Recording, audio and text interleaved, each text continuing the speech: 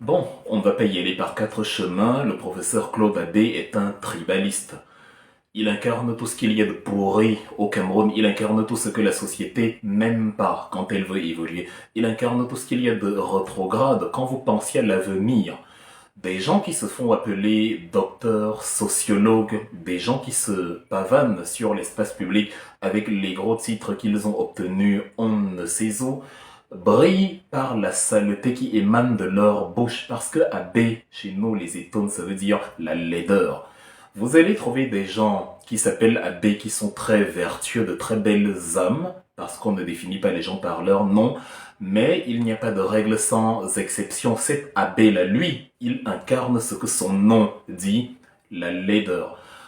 Monsieur Claude Abbé nous a dit aujourd'hui ou hier, je ne sais pas, dans la télévision tribale, et je vous le dis toujours tout le temps, Vision 4, la télévision de Jean-Pierre Amogo Belinga, l'homme qui a assassiné Martinez Zogo avec ses amis Maxime Eko, Justin Danoué en utilisant les moyens de l'État pour régler ses comptes privés. Cette télé-là, la télé équivalente à la radio libre des mille collines qui a créé le génocide rwandais, est la même télévision qui aujourd'hui continue, parce qu'ils n'apprennent jamais de leurs erreurs, continue de propager l'idéologie tribale qui veut que pour les gens qui sont du socle granitique de Paul Biya, c'est-à-dire du même village, de la même ère ethnique, de la même ère clanique, tout ce que vous voulez, les Etones, les Bolo, les Ewondo, les Manguissa et tout le tralala, il continue donc de faire croire à cette communauté-là dont je fais partie par un accident de l'histoire que nous avons le pouvoir, nous sommes les meilleurs, nous sommes les bons Camerounais et on doit renvoyer les autres chez eux. Ce sont les mêmes qui vous parlent du un et indivisible. Ce sont les mêmes qui,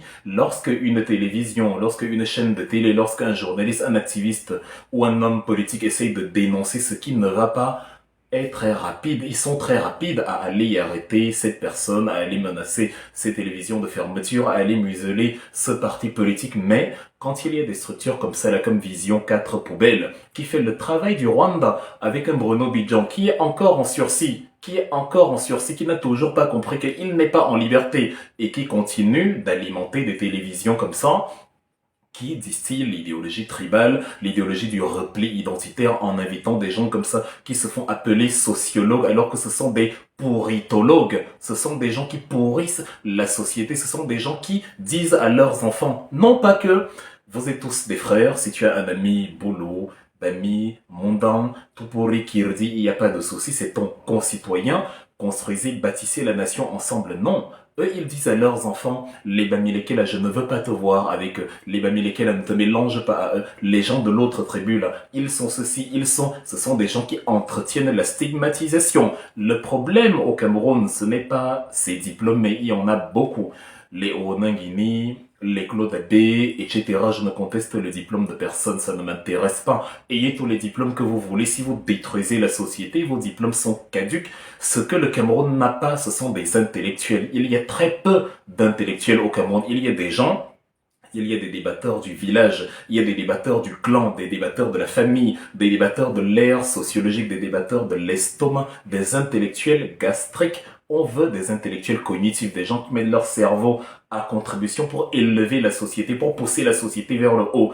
Mais des gens comme Claude Abbé, ce sont ceux-là qui ont encouragé le fait que quand un parti politique voulait battre campagne pendant les élections municipales et législatives dans une localité qui se trouve dans l'ère sociologique de Paul Biya, ils ont encouragé le fait que l'appareil de l'État se mette au service de la tribu et empêche un parti politique d'aller battre campagne dans le village de Paul Biya. Parce qu'on ne parle pas république, parce qu'on parle ethnie, parce qu'on parle tribu. Et comme on est dans un pays gouverné par un gang de malfrats, évidemment, le régime Biya laisse couler ce type d'histoire. Le régime Biya laisse quelqu'un comme Claude Abbé continuer de se pavaner dans l'espace public alors qu'il mériterait la prison. Un pays qui veut se développer ne peut pas encourager le tribalisme. Nous vivons en Europe, en France, en Allemagne, en Italie. Vous avez un mot déplacé contre les Juifs. c'est la prison. Vous avez un mot déplacé contre les Noirs, c'est la prison. Vous avez un mot déplacé contre une minorité quelconque. On vous colle un procès parce que, par votre bouche, vous déconstruisez la société. On veut des paroles pures, on veut des paroles propres, on veut des paroles qui assainissent. Parfois, même si vous êtes contre une idée, quand vous savez que la société dans laquelle vous vivez approuve cette idée-là, vous faites profil bas parce que c'est le cadre sociologique dans lequel vous êtes. Quand on est bon sociologue et qu'on vit au Cameroun, et que le travail de la sociologie, c'est de dire aux humains que nous avons des accords qui nous lient entre nous. En 1762, Jean-Jacques Rousseau écrit du contrat social. Dans le contrat social, il dit que voilà, si les humains si la société évolue, c'est parce que des humains se sont mis ensemble, ont décidé de se soumettre les uns aux autres par le canal de certains textes qu'ils se sont définis eux-mêmes. Et justement, on accepte que tu es le président, on accepte que tu es le secrétaire X, on accepte que tu es le député, on accepte que je suis le subordonné, mais en même temps, tu dois accepter que j'ai des droits et ainsi de suite. J'accepte que tu es différent, mais on continue quand même de communiquer ensemble, de vivre ensemble parce que nous avons des intérêts communs. On finit donc par appeler cela un pays, une société, une nation, une communauté, ce que vous voulez. Ce que Claude Abbé fait là, c'est la laideur qu'incarne son propre nom, Abbé, la laideur. Et ça n'a rien à voir avec le contrat social. Là, c'est la déconstruction, c'est la pourriture sociale, c'est la dégradation de l'infrastructure morale, c'est l'antithèse du rêve auquel aspire la jeunesse pour construire le Cameroun de demain. J'ai une sainte horreur envers les tribalistes, je les déteste au plus haut point, parce que je ne me suis jamais senti proche d'un Eton, d'un Ewon plus que d'un Bamileke. Je ne me suis jamais senti plus proche d'un Bolo que d'un Tupori ou d'un, je ne sais pas, ou d'un Fulbe ou d'un Bamoun. Non. Si on a dit qu'on est Camerounais, si on a accepté par contrat social que comme on est né dans les 475 442 km² qui font la superficie du Cameroun, on accepte que c'est comme ça et on vit comme ça. Je ne cherche pas à savoir, tel il a fait ci, il n'est pas de ma tribu, donc je n'accepte pas. Non, on doit aimer, comme j'ai dit dans une vidéo que j'ai fait il y a 3 jours, on doit aimer la justice. Aimer la justice signifie haïr l'injustice, d'où qu'elle vienne. Donc, si mon cousin, si mon ami a tué, je dois dénoncer le meurtre. Si quelqu'un que je ne connais pas est victime d'injustice, je dois dénoncer l'injustice, même si l'injustice profite à quelqu'un qui est de ma famille ou de ma structure la plus proche. Voilà une société, voilà le travail d'un sociologue. La sociologie, c'est justement la fabrication d'un monde, d'un cadre, d'une ville, d'un pays où tout le monde travaille pour l'intérêt de tout le monde. Donc, quand on est Camerounais et qu'on est donc un sociologue, on défend les intérêts du Cameroun.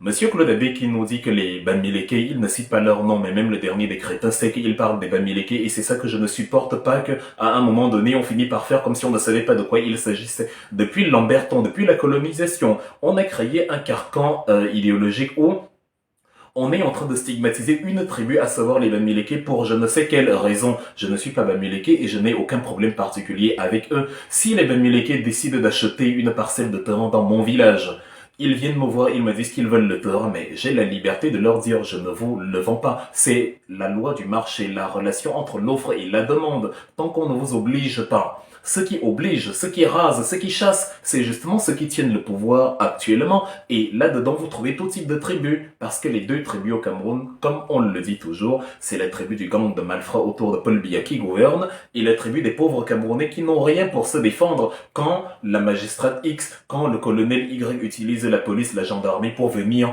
justement les museler. Voilà la tribu d'en bas qui fait face à la tribu d'en haut. La tribu d'en haut, c'est le gang de voyous qui, autour de Mbargangele, ont décidé que ceux qui n'aiment pas Paul Biya, depuis la diaspora, ne peuvent pas demander leur passeport. Au mépris de la loi camerounaise, on interdit justement la pièce d'identité, un droit fondamental à un citoyen, parce qu'il ne doit pas dire que Paul Biya est un voleur, est un brigand, est un tueur, que c'est lui qui a provoqué la guerre du Nozo. Non, il doit dire Paul Biya Ayoub, c'est le plus beau, et que Franck Biya sera le prochain président, et qu'on doit tous être d'accord. Voilà donc les tribus qu'il y a au Cameroun, ceux d'en haut, ceux d'en bas, ceux d'en haut qui par tribalisme, par haine et par abus de pouvoir utilisent les moyens de l'État pour faire mal à autrui en sachant qu'ils ne vont pas à rendre des comptes. Mais quand on est Camerounais et qu'on veut protéger le Cameroun, on défend donc les intérêts non pas d'une cohorte d'individus, mais du pays tout entier. Et donc, On regarde qui met vraiment le Cameroun en danger. Sur le plan interne, c'est donc des tribalistes comme Claude Abbé qui n'ont rien à faire. On ne doit plus inviter ce type d'énergumène sur un plateau, quel que soit votre titre, quel que soit le grade que vous avez. À partir du moment où vous disiez la haine, à partir du moment où vous créez les inimitiés entre concitoyens, à partir du moment où vous disloquez le tissu social, vous êtes le premier des crétins et vous n'avez plus rien à faire devant une caméra où des gens vous écoutent. Et des poubelles télévisuelles comme Vision 4 Ordures n'ont aucune raison de continuer à exister. Avec des gens comme Bruno Bidjan, à qui on doit rappeler que il est en sursis. En sursis signifie qu'au moindre faux pas, vous retournez là où vous avez été temporairement libéré. En sursis signifie pendant une certaine période d'observation, vous n'avez pas droit à l'erreur. Et quand on laisse le tribalisme se propager dans une télévision qui a déjà pour réputation d'être un élément catalyseur du tribalisme au Cameroun, mais c'est incroyable. Enfin bref, les Français sont arrivés au Cameroun.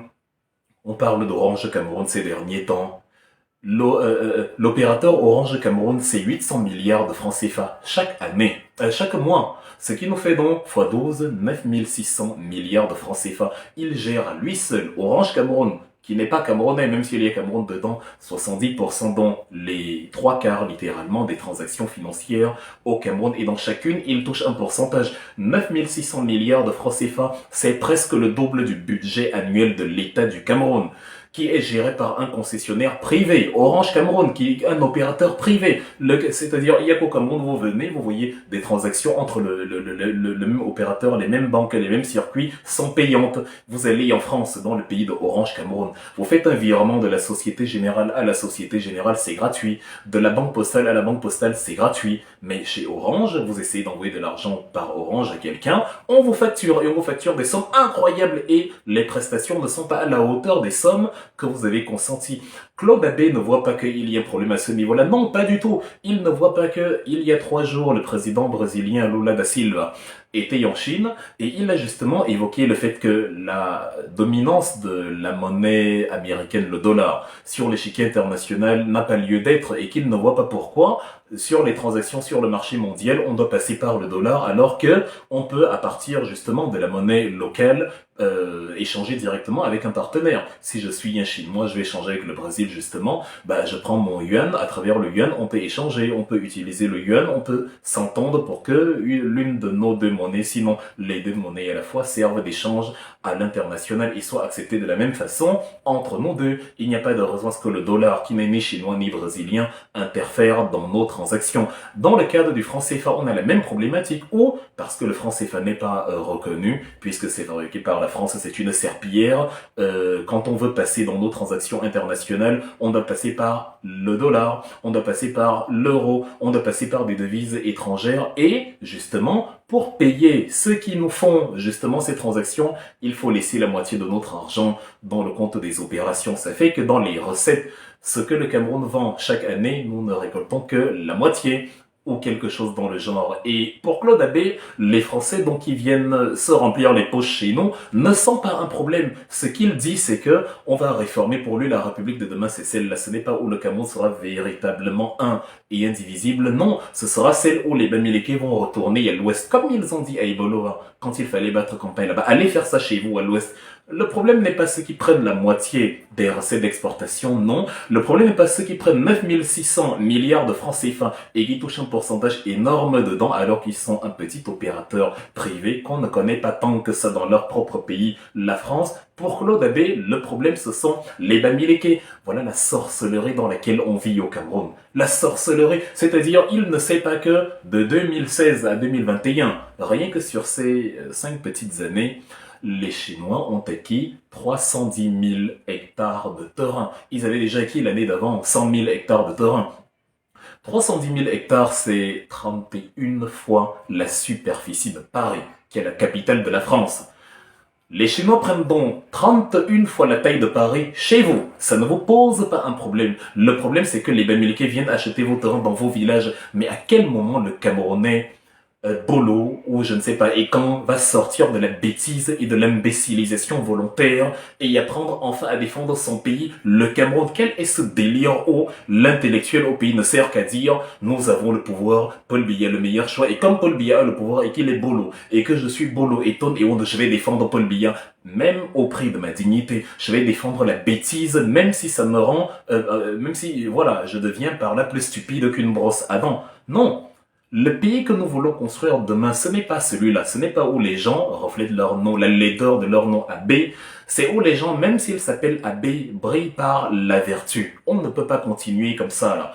Mais franchement, en fait, c'est incroyable. Et vous avez ces gens-là qui vont dans vous dire, viens parler si on voit, vous parlez, vous salissez l'image du Cameroun, vous salissez l'image de votre pays à l'étranger. À quel moment on construit le pays? Quand on promeut comme ça la saleté, à quel moment on construit la nation quand on dit à ses concitoyens, allez chez vous, vous arriverez en France, parce que beaucoup de ces gens-là, ils ont étudié en France, en Angleterre, en Espagne, en Allemagne, vous allez vous plaindre du racisme. Si les Européens sont racistes envers vous, si les Chinois sont racistes envers vous en Chine, si les Arabes tuent vos femmes au Liban, en Turquie, c'est parce qu'ils voient que dans vos propres pays, vous êtes les principaux promoteurs de la saleté. On ne peut pas respecter quelqu'un qui ne se respecte pas. C'est impossible. Si vous n'avez pas en vous l'idéal de la construction morale, si vous ne savez pas ce que c'est qu'un pays, si vous ne savez pas ce que c'est l'éthique, on va vous forcer à le savoir.